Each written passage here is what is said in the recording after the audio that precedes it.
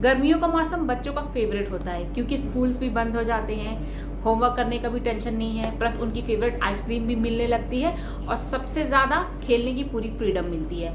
तो इसलिए बच्चों को गर्मियों का मौसम बहुत पसंद होता है। लेकिन इसी मौसम में बच्चे बीमार भी ज़्यादा होते हैं। कई बार बच्चों को लू लग जाती है, स्टमक इन्फेक्शन हो जाता है या फिर कई बार बच्चों को कॉन्स्टिपेशन की भी दिक्कत हो जाती है। तो आज के इस वीडियो में मैं आपसे शेयर करूँगी अपनी समर केयर टिप्स जो मैं दिशिता के लिए फॉलो करती हूँ गर्मियों के मौसम में, ताकि वो बार बार बीमार ना पड़े।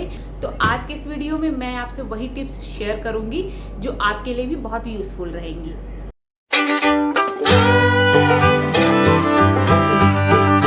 हेलो दोस्तों, मेरा नाम है Preeti and welcome back to moms gossip. आज की इस वीडियो में हम बात करने वाले हैं समर में बच्चों का ख्याल कैसे रखें ताकि वो कम से कम बीमार पड़े।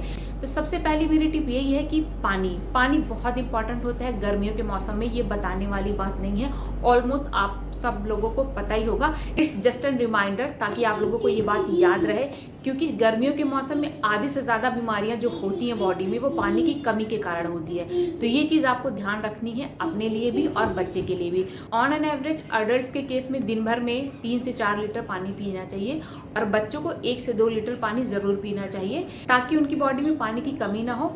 इफ इन केस अगर बच्चों को पानी पीने में इंटरेस्ट नहीं है, उसको पानी का टेस्ट पसंद नहीं आता है, तो उसके सब्स्टिट्यूट्स भी हैं जिसको आप यूज़ कर सकते हैं। जैसे आप बच्चे को जूस दे सकते हैं या नींबू पानी बना के दे सकते हैं। नींबू पानी तो एक अच्छा डाइजेस्टिव भी होता है। अगर बच्चे को भूख कम लगती है, आप खाने से आधा घंटे पहले या 1 घंटे पहले बच्चे को नींबू पानी देते हैं तो उसकी भूख खुल जाती है, फिर वो अच्छे से खाना भी खाता है।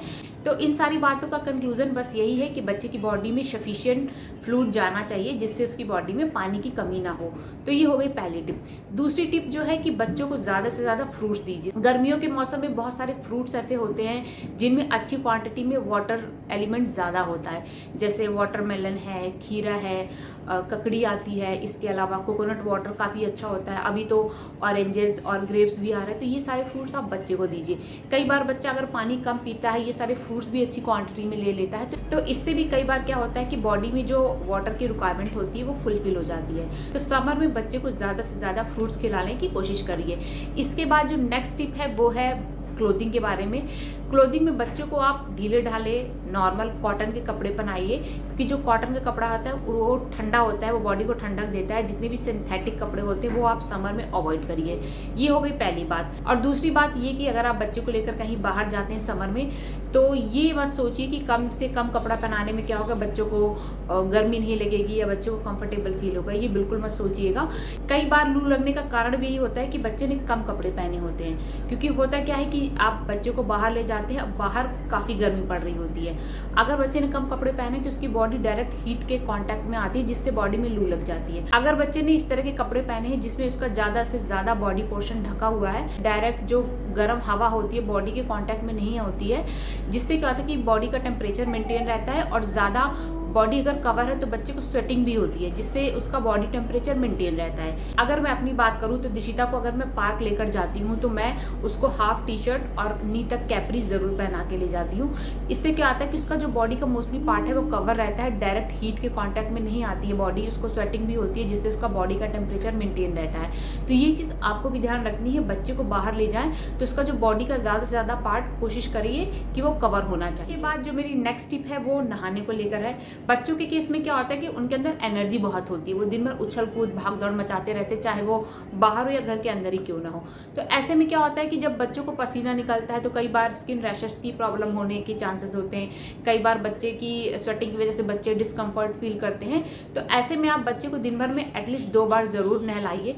इससे क्या होता है कि उनका जो बॉडी में स्किन इन्फेक्शन होने के चांसेस होते हैं वो भी कम हो जाते हैं, उनको रिलैक्स फील होता है, रात की नींद भी उनको अच्छी आ जाती है। इफ़ इन केस अगर आपको लगता है कि आपका बच्चा शाम को नहाने से बीमार पड़ सकता है तो आप उसको नहलाइए मत। आप सिंपली उसका हाथ पैर फेस अच्छे से वॉश करा के उसके कपड़े चेंज कर दीजिए। इससे भी उसकी बॉडी रिलैक्स हो जाएगी, वो फ्रेश फील करेगा और उसको रात की नींद अच्छी आएगी। नेक्स्ट टिप जो है वो फूड के बारे में है, खाने को लेकर है। गर्मियों में ज़्यादा से ज़्यादा आप ट्राई करिए कि बच्चे को हेल्दी और लाइट फूड खिलाइए। जो हैवी फूड्स होते हैं वो जल्दी डाइजेस्ट नहीं होते हैं। इसके अलावा आप ट्राई करिए कि जो तेल मसाले वाली चीज़ें होती हैं वो अवॉइड करिए, क्योंकि ये बच्चे का जो डाइजेस्टिव सिस्टम होता है वो वैसे भी वीक होता है। गर्मियों में बच्चा इजीली डाइजेस्ट नहीं कर पाएगा ये सारी चीज़ें। और एक बात आपको यहाँ पे ध्यान देनी है, गर्मियों में क्या होता है कि बच्चों की जो एपेटाइट होती है वो कम हो जाती है, उनकी भूख कम हो जाती है। तो ऐसे में फोर्स फीडिंग नहीं करनी है। इट्स वेरी नॉर्मल कि बच्चे को गर्मियों में कम भूख लगती है, वो कम खाता है। आप एक ऑप्शन की तरह एक काम कर सकते हैं कि जब आप बच्चे को खाना खिलाने बैठे तो आप और भी ऑप्शंस बच्चे को दीजिए। जैसे समर के टाइम पर मैं क्या करती हूँ, अगर मैंने दिशिता के लिए दाल रोटी दोपहर में बनाई तो मैं साथ में उसको कर्ड और कुकुम्बर या फिर आप कह सकते हैं सैलड भी उसको देती हूँ। तो कई बार क्या होता है उसका दाल रोटी खाने का मन नहीं भी है तो वो अच्छी क्वांटिटी में दही खा लेती है और खीरा खा लेती है, सैलड खा लेती है, तो उससे भी बॉडी को अच्छा खासा न्यूट्रिशन मिल जाता है। तो ये चीज़ आप भी कर सकते हैं। इफ इन केस अगर आपको लगता है कि बच्चा गर्मियों में भूख कम लग रही है, कम खाना खा रहा है, तो आप खाने के साथ इस तरह के कुछ ऑप्शंस बच्चों के साथ ट्राई कर सकते हैं। इसके बाद एक चीज़ और आपको जो ध्यान देनी है कि गर्मियों के मौसम में बच्चे को रखा हुआ बासी खाना तो बिल्कुल मत दीजिए। ये तो किसी के लिए भी हेल्दी नहीं होता, चाहे एडल्ट हो चाहे बच्चे हो। तो गर्मियों में मेक श्योर आप फ्रेश और हेल्दी फूड ही खाएं। तो ये भी एक चीज़ आपको ध्यान देनी है। इसके बाद नेक्स्ट चीज़ आती है सनस्क्रीन। सनस्क्रीन बहुत ज़रूरी है बच्चों के लिए भी। SPF 15 होना चाहिए बच्चों के केस में। बच्चा चाहे घर के अंदर हो चाहे घर के बाहर पार्क में खेलने जाता हो या आप कहीं आउटिंग पे जाते हैं, तो मेक श्योर कि आप सनस्क्रीन का यूज़ बच्चे के लिए भी करें। एक अच्छी क्वालिटी का SPF 15 के साथ जो सनस्क्रीन आते हैं वो इनफ होते हैं बच्चों की स्किन। बाद मेरी कुछ नेक्स्ट टिप्स जो है वो बच्चों की पार्क एक्टिविटी या फिर आप कह सकते हैं जो बच्चे बाहर खेलने जाते हैं उसके बारे में है। तो सबसे पहली चीज़ आपको ये करना है कि 11 से 4 के बीच आप बच्चों को बिल्कुल भी बाहर खेलने जाने ना दें, क्योंकि उस टाइम पे धूप बहुत तेज होती है, बच्चे को सनबर्न हो सकता है, लू लग सकती है। इसके अलावा बच्चा अगर बाहर खेलने जाता है तो उस टाइम पे क्या होता है कि मच्छर बहुत होते हैं, पार्क में कई तरह के बग्स भी होते हैं, तो जो मॉस्किटो रिपेलेंट होता है ये सब आप बच्चे को लगाकर भेजिए। इफ इन केस अगर आपका बच्चा थोड़ा बड़ा है, वो पार्क में जाकर अकेले खेल सकता है, वहाँ से वापस आने के बाद आप उसकी पूरी बॉडी अच्छे से चेक करिए कि किसी कीड़े मकोड़े ने काटा तो नहीं है। तो ये भी एक ध्यान देने वाली बात होती है गर्मियों में। इसके अलावा बच्चों का बार बार हैंड वॉश कराते रहिए अब गर्मियों में, क्योंकि गर्मियों में जो बैक्टीरिया होते हैं, जर्म्स होते हैं, वो ईजिली फैलते हैं। इसके अलावा अगर आप बच्चों को बाहर पार्क खेलने के लिए भेजते हैं तो आप उसको वाटर बॉटल ज़रूर देकर भेजिए। अगर वो अकेले खेलने बाहर जाता है तो आप उसको वाटर बॉटल अपनी देकर भेजिए। इफ़ इन केस बच्चा छोटा है, आप उसके साथ जाते हैं, जैसे मैं दिशिता के साथ जाती हूँ तो मैं एक वाटर बॉटल ज़रूर कैरी करती हूँ, क्योंकि बच्चे पार्क में जब जाते हैं तो बहुत एक्टिविटीज़ करते हैं, स्वेटिंग होती है और पानी की भी ज़रूरत होती है। ऐसे में तो वाटर बॉटल ज़रूरी है कि आप कैरी करके जाएँ। इसके अलावा अगर आप उसमें ग्लूकॉन डी मिला लेते हैं या नींबू मिला लेते हैं तो ये एक अच्छा समर ड्रिंक भी बन जाता है, जिससे बच्चे को इनफ एनर्जी भी मिलती है। इसके अलावा जो लास्ट पॉइंट है वो भी बहुत ध्यान देने वाली बात है।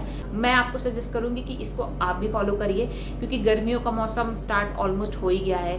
घरों में AC चलने लगे हैं, फ़ैन चलने लगे हैं और कूलर चलने लगे हैं। फ़ैन तो इतना प्रॉब्लम क्रिएट नहीं करता है, बट जो कूलर की जो इतनी ठंडी हवा आती है वो डायरेक्ट अगर बच्चे के फेस पे लगती है तो उससे क्या होता है, कई बार बच्चों को कोल्ड हो जाता है। तो मेक श्योर कि जो AC का पोजीशन है वो ऐसा हो कि बच्चे के फेस पे डायरेक्ट हवा नहीं लगनी चाहिए।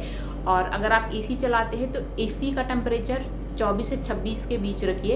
ये एक नॉर्मल टेम्परेचर होता है, इसमें बच्चे को ठंड भी नहीं लगती, गर्मी भी नहीं लगती है। क्योंकि अगर आप AC का टेम्परेचर बहुत कम कर देते हैं तो कई बार क्या होता है कि आपने तो रात में चलिए कुछ ओढ़ रखा है, बच्चे क्या करते हैं कि पैर मार मार के जो भी ब्लैंकेट होता है या चादर होती है उसको हटा देते हैं। तो ऐसे में क्या होता है, बच्चों को कोल्ड होने के चांसेस होते हैं। तो अगर टेम्परेचर 24 से 26 के बीच सेट है तो बहुत ठंडी भी नहीं लगती है, बहुत गर्मी भी नहीं लगती है और बच्चा आराम से सो पाता है। तो ये मेरी कुछ टिप्स हैं जो समर में मैं दिशिता के लिए ज़रूर फॉलो करती हूँ। तो आई सजेस्ट कि आप लोग भी इन टिप्स को ज़रूर फॉलो करिए।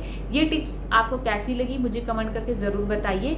इसके अलावा आप क्या करते हैं अपने बच्चे के लिए समर में, वो भी मुझसे कमेंट करके ज़रूर बताइए, मुझे अच्छा लगेगा। आई होप आपके लिए ये वीडियो यूज़फुल रहेगा।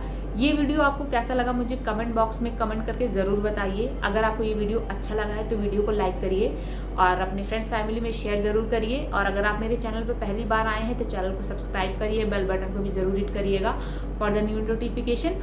और मैं मिलती हूँ आपसे नेक्स्ट वीडियो में एक नए टॉपिक के साथ।